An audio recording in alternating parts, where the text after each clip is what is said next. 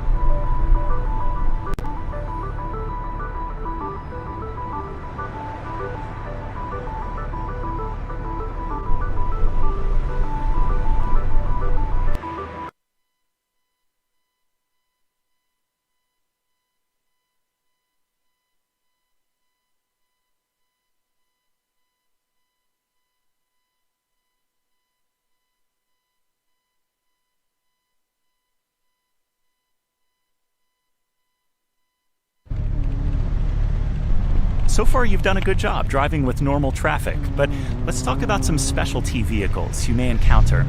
So there are certain types of vehicles you'll want to pay special attention to, such as bicycles, motorcycles, emergency vehicles, and buses, each with their own set of behaviors. Bicycles and motorcycles are unique vehicles. Not only are they more vulnerable in a crash, but because of their smaller size, they can be difficult to spot. A bicycle or motorcycle can readily be hidden by another car. They also more easily fit into your blind spots. And even when you can see them, it may be difficult to determine their speed or predict their actions because they're capable of different maneuvers than other vehicles.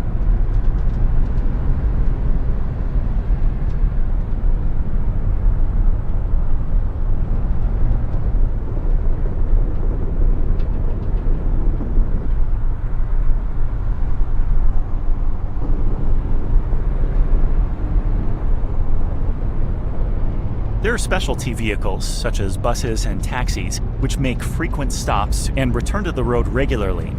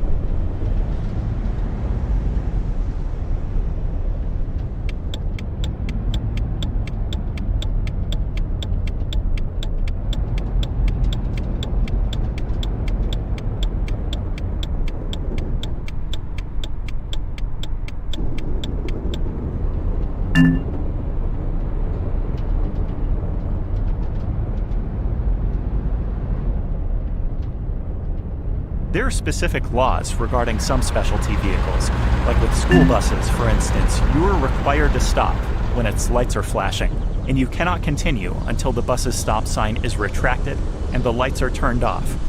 You may continue once the bus shuts off its lights, but still keep an eye out for children.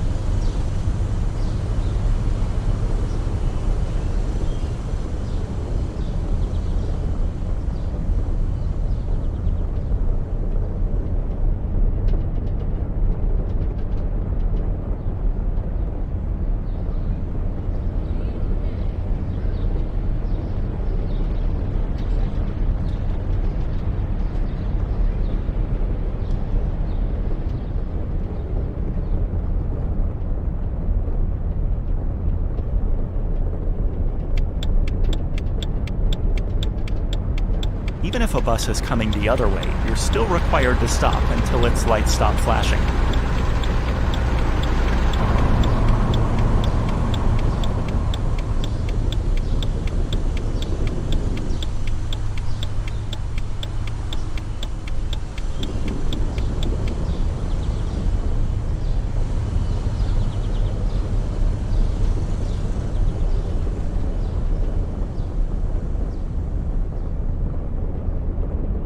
Postal vehicles have a special purpose that requires them to make frequent stops and drive outside the flow of traffic.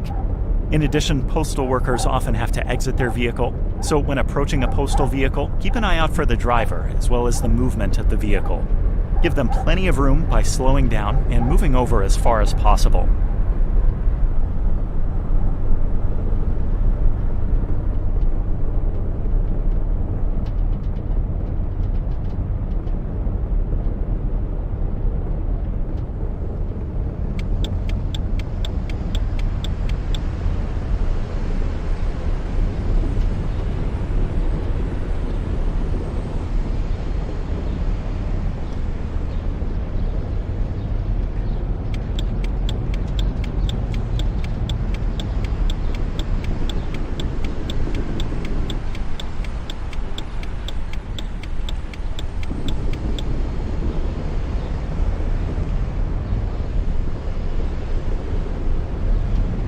Always keep an ear out for sirens. You'll most likely hear an emergency vehicle long before you see it. There are specific laws regarding emergency vehicles. You're required to pull over as far as possible, even if the emergency vehicle is traveling in the opposite direction. If the emergency vehicle is coming up from behind you, don't panic. Simply find a safe place to pull over as quickly as possible, and keep in mind other vehicles will be trying to do the same thing.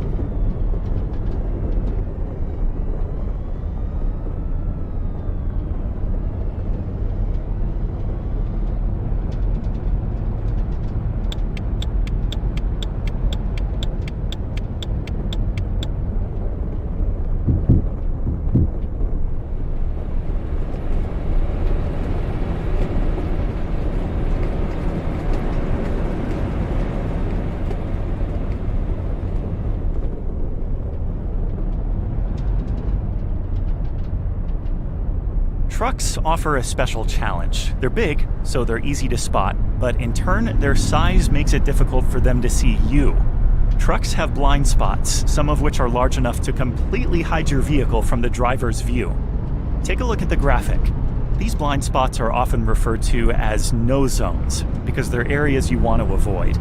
There are times, of course, when you need to enter a no zone in order to pass. When you do, spend as little time there as possible. Try passing these trucks.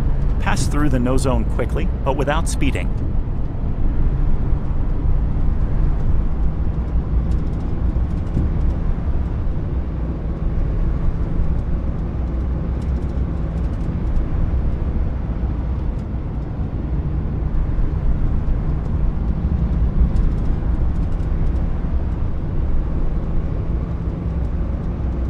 Exit here.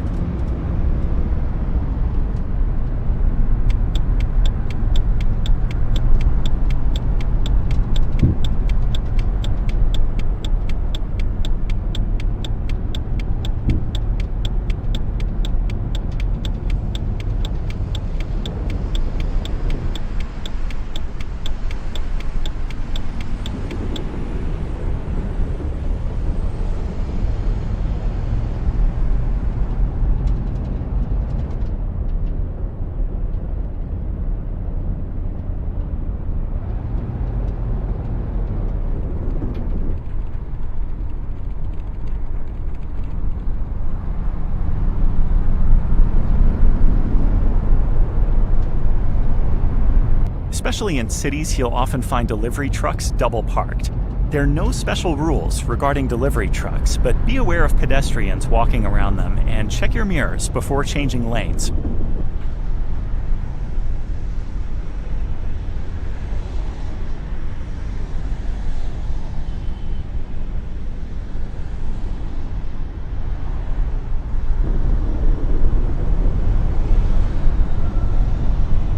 Alright, pull over here and shut down your vehicle. Pull over as soon as you can.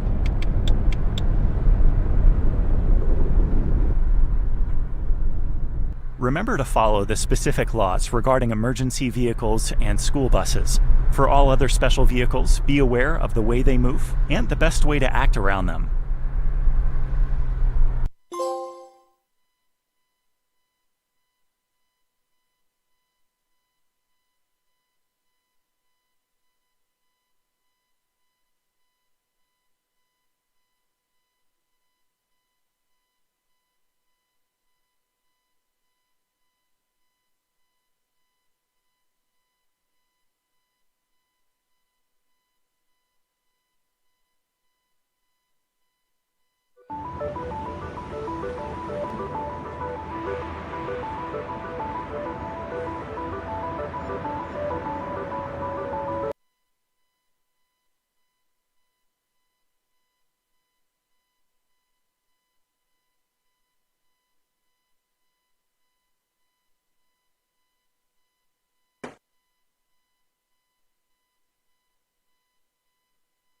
Okay, so far we've had good weather, but it won't always be like that.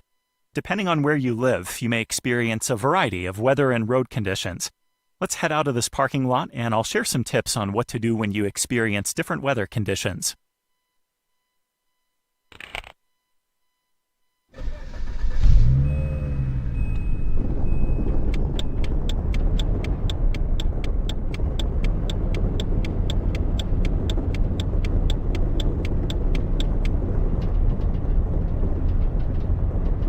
Probably the most common weather you'll run into is rain. Everything from a light rain to a heavy downpour. Alright, so the first thing you want to do when it starts to rain is put on your wipers. But you'll also want to turn on your headlights for better visibility, even if it's still daylight. Like a lot of new cars, this one has daytime running lights and auto-sensing wipers, so they'll come on automatically. If your own car doesn't, you'll have to turn them on yourself as soon as you see it start to rain. Rain not only makes it harder to see, but also affects the traction of your tires. This means you won't be able to stop, right, or make turns as quickly. When it rains, slow down and give yourself a little space around your vehicle.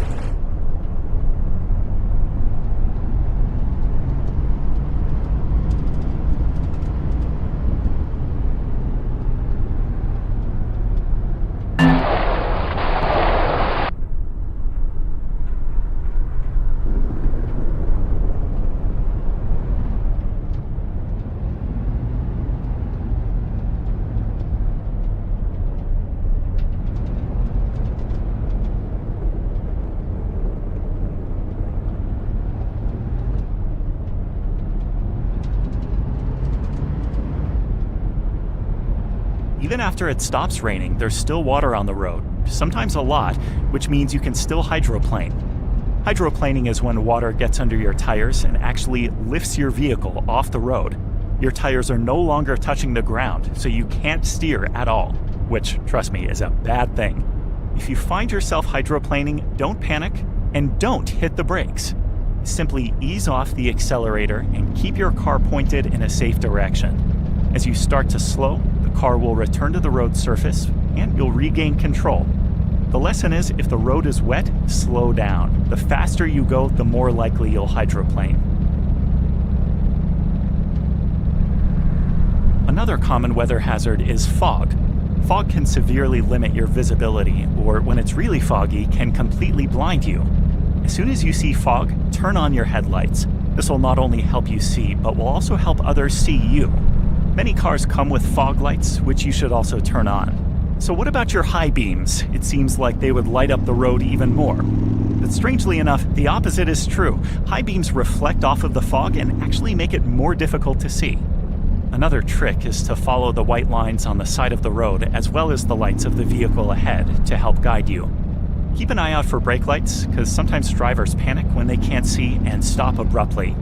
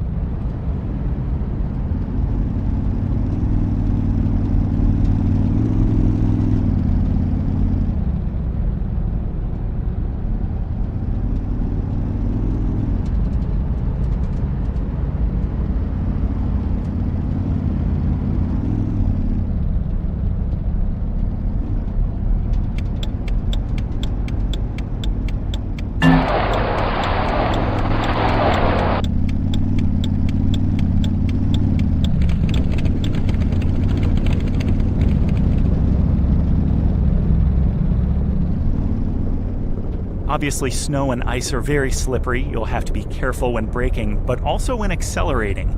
Do either of those too fast and you can find yourself off the road.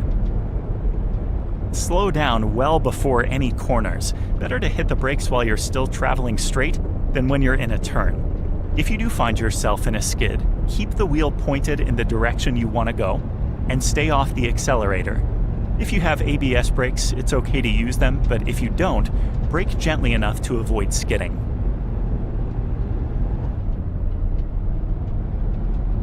So anytime the temperature reaches near freezing, there's the potential for black ice. What makes it so dangerous is black ice is practically invisible, as it takes on the color of the road surface. If you can't see it, you at least have to anticipate it. Black ice is more common on bridges, highway underpasses, or shaded areas. If the surface of the road was wet before the temperature dropped below freezing, then there's a good chance there's black ice.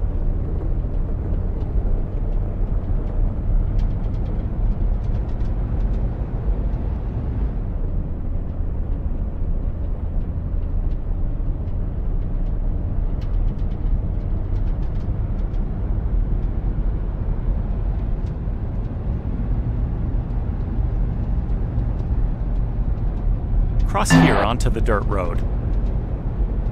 Like snow and rain, dirt and loose gravel can diminish the traction of your tires. This will make it more difficult to maintain control of your vehicle and will increase the chances that your vehicle could skid off the road. If your vehicle happens to have four-wheel drive, it will help, but it can't fully make up for the lack of traction. Because your tires don't have the same grip as they do on the pavement, it will take longer to stop. So you'll need to drive slower and avoid harsh braking or acceleration. You want to stay near the center of the road, as loose gravel tends to gather on the edges. If you're following another vehicle, stay back. On dirt roads, other vehicles will kick up dust that may impair your vision, or rocks that can damage your windshield. Continue practicing these techniques until you reach the end of the road. You can get more practice by selecting the off-road section of the free drive lesson.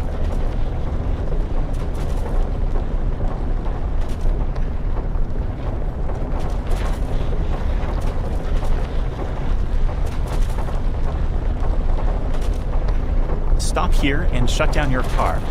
As you can see, there's a wide range of weather and road conditions. What most of them have in common is reduced visibility and reduced traction. Your goal is to maintain control of your vehicle at all times by slowing down to an appropriate speed and avoid making any aggressive moves.